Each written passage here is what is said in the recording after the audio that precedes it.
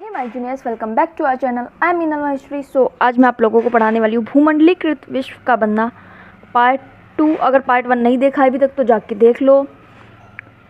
Last chapter history का है। इसके पहले मैंने सिविक्स, ज्योग्राफी और इकोनॉमिक्स तीनों को पूरा कंप्लीट करा दिया सिलेबस, तो वो भी जाकर देख सकते हो अगर नहीं कंप्लीट किया अभी तक तो।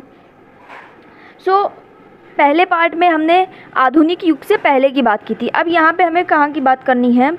19वीं शताब्दी यानी कि 1815 से लेकर 1914 तक की में बात करेंगे हम।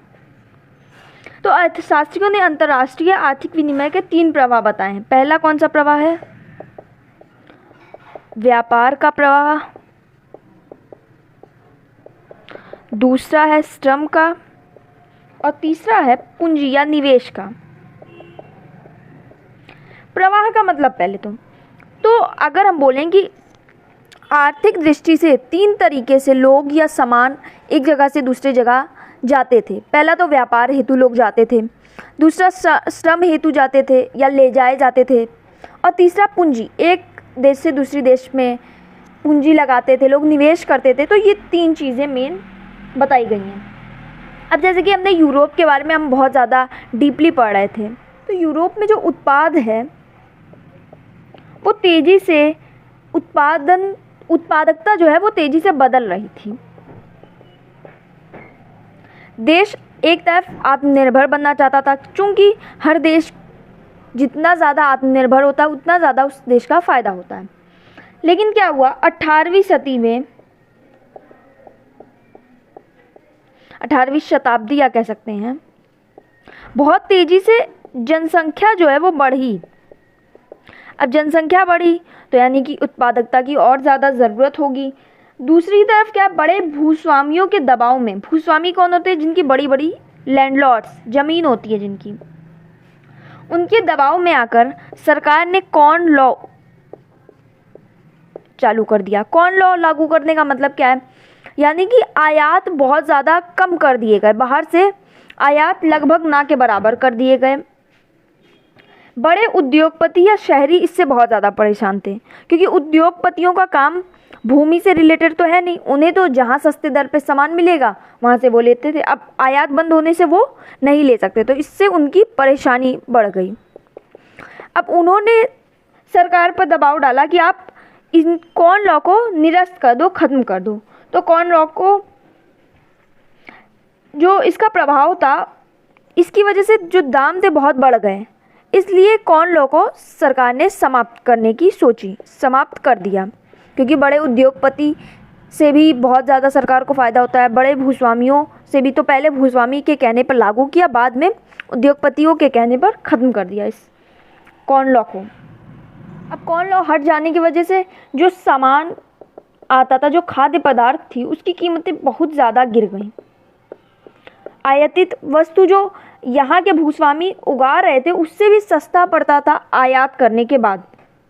इस वजह से बहुत ज़्यादा विशाल खेतों पर जो खेती होती थी वो बंद हो गई, और बंद होने की वजह से बेरोजगारी गई बढ़।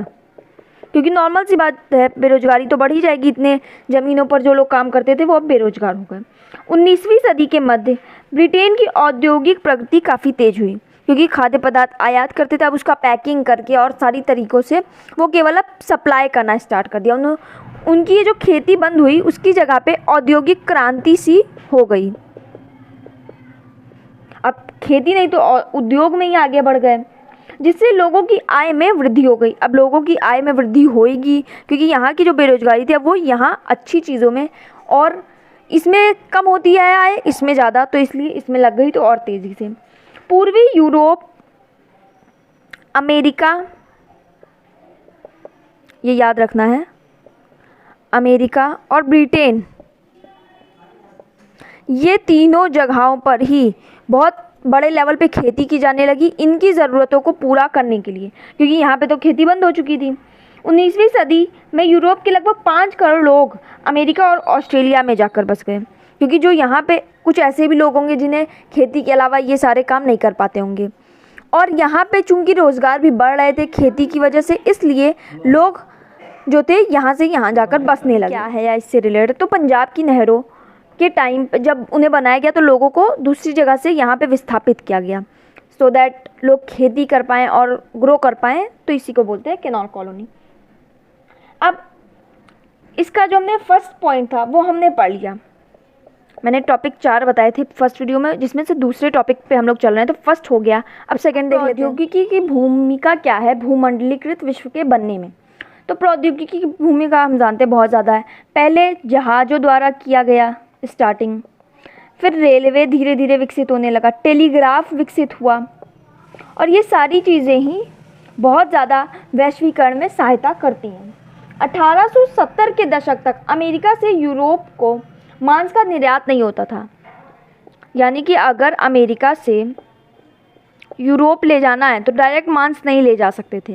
क्यों? क्योंकि मांस सड़ने का डर होता था। तो धीरे धीरे जैसे जैसे रेफ्रिजरेटर आया और सारी चीज़ें आई तो सस्ता हो गया मांस का दाम,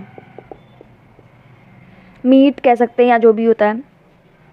यहाँ से यहाँ ले जाने में पहले पूरी कह सकते हैं, अगर बकरियों को लेके जाना है मान लेते हैं, तो बकरी पूरी जहाज़ों में जिंदा बकरियों को लेके जाते थे।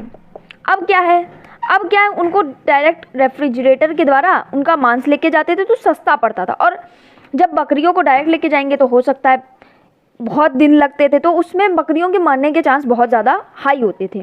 इसलिए इसकी वजह से जब रेफ्रिजरेटर आया और सारी चीज़ें, तो सस्ता हो गया, दर कम हो गई, दाम कम हो गए मांस के। बाद में जहाज़ों में रेफ्रिजरेशन अमेरिका, ऑस्ट्रेलिया और न्यूजीलैंड से यूरोप को मांस भेजने जाने लगा। जैसे कि अमेरिका केवल नहीं है, ऑस्ट्रेलिया है, न्यूजीलैंड है। अब स्मिथफील्ड, एक वन वर्ड क्वेश्चन यहाँ पे, स्मिथफील्ड क्या है? तो लंदन का सबसे पुराना पशु बाजार है। लंदन का है, नॉट पूरे विश्व का, लंदन का, लेकिन यहाँ से बहुत दूर दूर तक भेजा जाता था।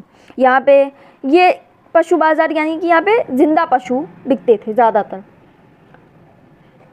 एक है 1890 तक 150 मिलियन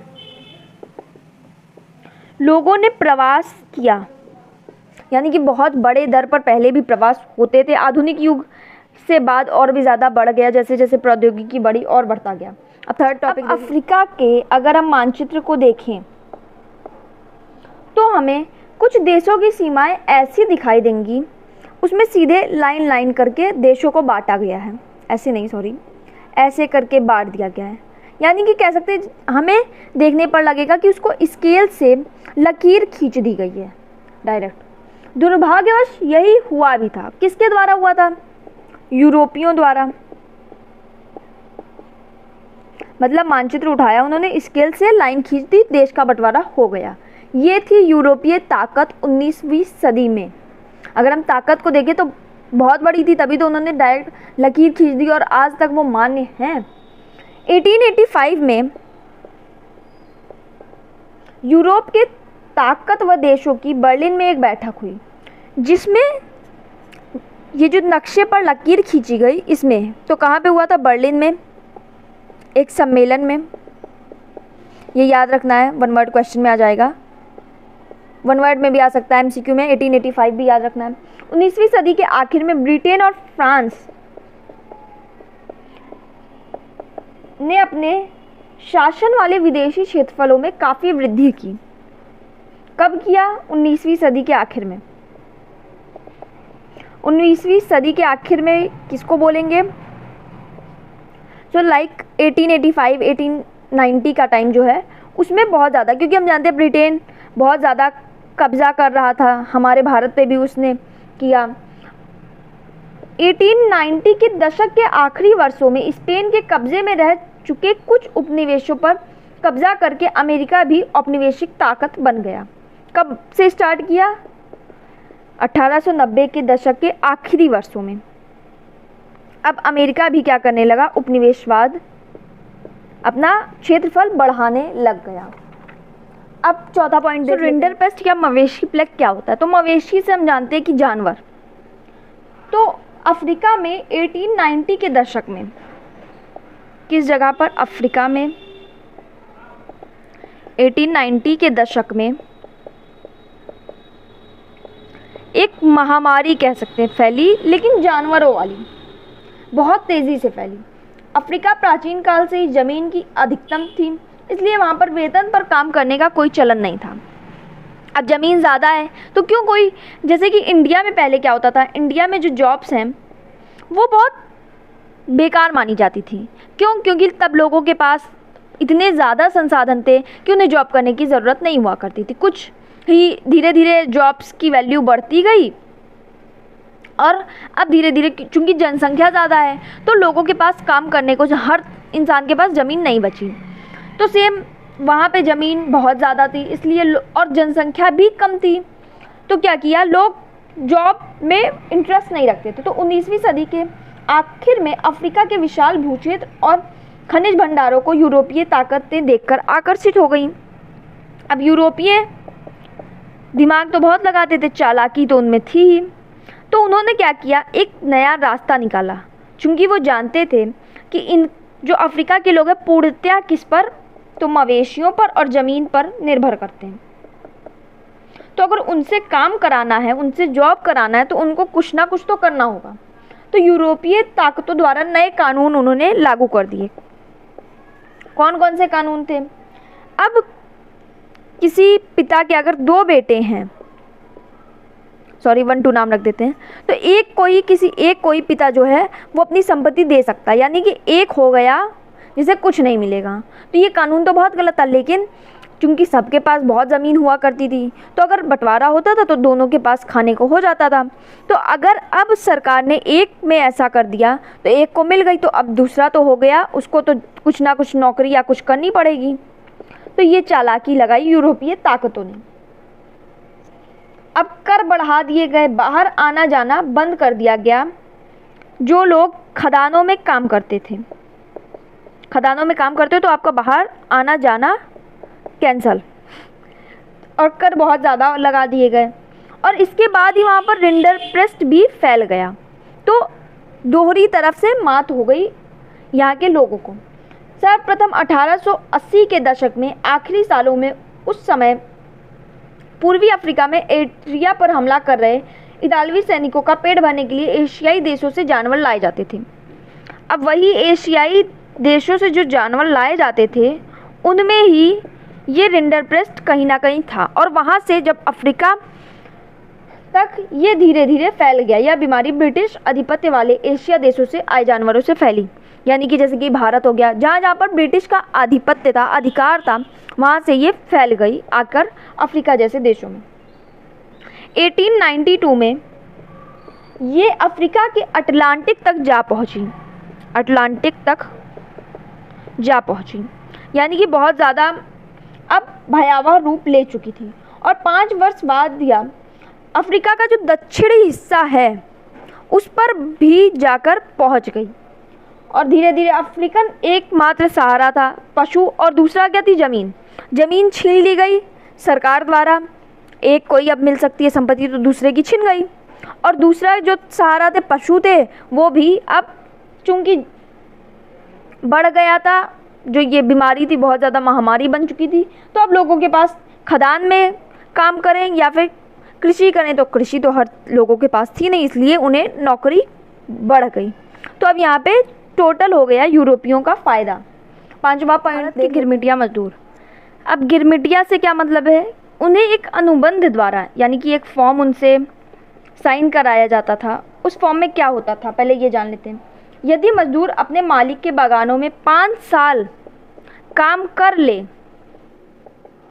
तो वह अपने स्वदेश लौट सकेगा, यानी कि बिहार के लोगों को कहीं और, यूपी के लोगों को कहीं और, हर जगह नहीं, बट हाँ काफ़ी ज़्यादा जगह के गिरमिटिया मजदूर हुआ करते थे। और 5 साल अगर काम नहीं करता है तो 5 साल के अंदर तक उसे बाहर आना जाना बिल्कुल मना होगा। 5 साल बाद आप अपने घर लौट सकते हो। तो इसे मुख्य रूप से कैरिबियाई द्वीप समूह, अब इसमें कौन कौन सी जगह आती हैं, तो इसमें कुछ जगह आती है त्रिनिदाद, गुयाना और सूरीनाम। मॉरिशस और फिजी ले जाया जाता था। मॉरिशस और फिजी, ये नेम याद रखने आपको। तमिल आप्रवासी सिलोन और मलाया जाकर काम करते थे। यानी कि तमिल को बिहारी लोगों को, आज का झारखंड जो है वो पहले बिहार था, तो वो भी इसी एरिया में आएगा। अब 19वीं सदी की इस अनुबंध को बहुत सारे लोगों ने नई दास प्रथा का नाम दिया। चूँकि 19वीं सदी में धीरे धीरे इंडिया में थोड़ी सी राष्ट्रवाद की भावना पनपने लगी थी, कांग्रेस के नेता बहुत ज़्यादा बढ़ चुके थे, इसलिए क्या किया गया, उन्होंने इस दास प्रथा का समापन 1921 में करा दिया। यानी कि बहुत जो समाज सुधारक थे और उन सारे लोगों ने मिलकर ये काम किया। अब देख लेते हैं हम लोग छठवां टॉपिक, विदेश में भारतीय उद्यमी। तो अगर ऐसा लगता है कि विदेश में भारतीय लोग कहीं भी पीछे रह गए, तो ऐसा नहीं है। बस ये है कि यूरोपीय ताकतों की तरह उन्हें कब्जा करना पसंद नहीं था किसी इलाके को। लेकिन अब हम देखेंगे भारतीय उद्यमों की क्या शक्तियाँ थीं। व्यापारी समूह थे, ये 2 इंडियन व्यापारी समूह थे, लिख लो, सिकाटी पुरी और श्रोफ, क्योंकि इनका नाम थोड़ा अलग सा है, ये एक में है, और दूसरा नुट्टोकोहई, थोड़ा सा साउथर्न नेम जैसा फील हो रहा है, ये थे। अब अफ्रीका में यूरोपीय उपनिवेशकारों के पीछे पीछे भारतीय उद्यमी भी पहुंच गए, अफ्रीका तक पहुंच गए थे भारत के लोग। तो हैदराबादी सिंधी व्यापारी तो यूरोपीय उपनिवेशों के भी आगे निकल गए, मतलब उनसे भी ज़्यादा जगह इन्होंने विजिट कर ली, इन्होंने देख ली उनसे अच्छी जगहें, लेकिन कब्जा नहीं किया। 1860 के दशक में उन्होंने दुनिया भर के बंदरगाहों पर अपने अपने एम्पोरियम खोल दिए। एम्पोरियम का मतलब क्या होता है, गोदाम टाइप, गोडाउन जिसे बोलते हैं। उन्होंने अपने हर जगह पर जहाँ जहाँ बड़े बड़े बंदरगाह होते थे विश्व के, वहाँ वहाँ अपनी व्यापार को बढ़ाने के लिए एम्पोरियम खोल दिए। तो इससे हमें भारतीय उद्यमों की शक्ति पता चलती है। अब देख लेते हैं अपना लास्ट टॉपिक, भारतीय व्यापार, उपनिवेशवाद और वैश्विक व्यवस्था। तो भारतीय व्यापार के बारे में तो थोड़ा बहुत हमने जान लिया है। एक टाइम पे भारत आधुनिक युग से पहले दुनिया के सबसे रिचेस्ट कंट्री में आता था, लेकिन उपनिवेश के बाद क्या हुआ, तो पहले भारत कपास का विश्व ब्रिटेन तक सप्लाई करता था। चूँकि ब्रिटेन ने इसे बंद कर दिया, तो जो कपास की मांग थी वो कम हो गई भारत जैसे देशों में। भारत बहुत ज़्यादा मात्रा में कपास, लेकिन क्या कपास, कच्चा कपास नहीं, कपास की चीज़ों का निर्यात करता था। 1820 की दशक में चीन की बड़ी मात्रा में अफीम का निर्यात किया जाने लगा चीन द्वारा, ये नॉट भारत द्वारा। भारत के साथ ब्रिटेन हमेशा व्यापार अधिशेष अवस्था में रहता था। बहुत ज़्यादा व्यापार हुआ है और व्यापार ही करने इंडिया आए थे अंग्रेज़, हम जानते हैं। तो जो पहले निर्यात था लगभग 5%, वो हो गया 35%, लेकिन अभी तो हमने पढ़ा कम हो गया है। तो ये कच्चे माल का, चूँकि ब्रिटेन में हमने पढ़ा उद्योग बढ़ते जा रहे थे, तो उसे क्या ज़रूरत है कि यहाँ से वो बना बनाया सामान खरीद कर लेके जाए, तो ये तो कम कर दिया उसने। लेकिन कच्चे माल की तो ज़रूरत थी, क्योंकि कच्चे माल से ही माल बनेंगे, तो ये परसेंटेज बढ़ गया। इंडिगो और ओपियम भारत की बहुत इम्पॉर्टेंट निर्यात वस्तुएं थी। इंडिगो और ओपियम याद रखना, थोड़ा सा इसमें याद करने वाला इस चैप्टर में है, लेकिन ओवरव्यू ले तो चैप्टर बहुत ज़्यादा डिफिकल्ट नहीं है। टॉपिक वाइज याद करते जाओ, हर टॉपिक में 4-4 लाइन बनेगा मुश्किल से, अगर सही से लिखो। मैं तो ऐसे ही लिख देती हूँ। ओपियम जो था चीन द्वारा, निर्यात ज़्यादा था लेकिन आयात उससे भी अधिक था ब्रिटेन से, क्योंकि कच्चा माल तो भेज रहा है इंडिया, लेकिन फाइन जो प्रोडक्ट बन के आता था, जो उत्पाद बन के आता था, वो वापस आता था और ज़्यादा मात्रा में, क्योंकि भारत जैसे देश को बहुत अधिक ज़रूरत थी। अब जब देश अमीर होता था तो और ज़्यादा लोग शौकीन हुआ करते थे, तो हमेशा जो आयात है वो ज़्यादा होता था। सो यहाँ पे हमारा टॉपिक 2 ख़त्म होता है। टॉपिक 1 पूरा उसमें क्लियर करा दिया था फर्स्ट वीडियो में। टॉपिक 2 यहाँ पे, टॉपिक 2 में 7 पॉइंट से तो थोड़ी सी वीडियो लंबी हो गई है। सो अगर वीडियो अच्छी लगी हो तो please like, share and subscribe कर देना। और सारा हो गया, हिस्ट्री को छोड़कर हिस्ट्री के 2 वीडियोज़ और आएंगे और सारा SST कंप्लीट हो चुका है। तो मिलते हैं नेक्स्ट वीडियो में, तब तक के लिए bye bye and thanks for watching.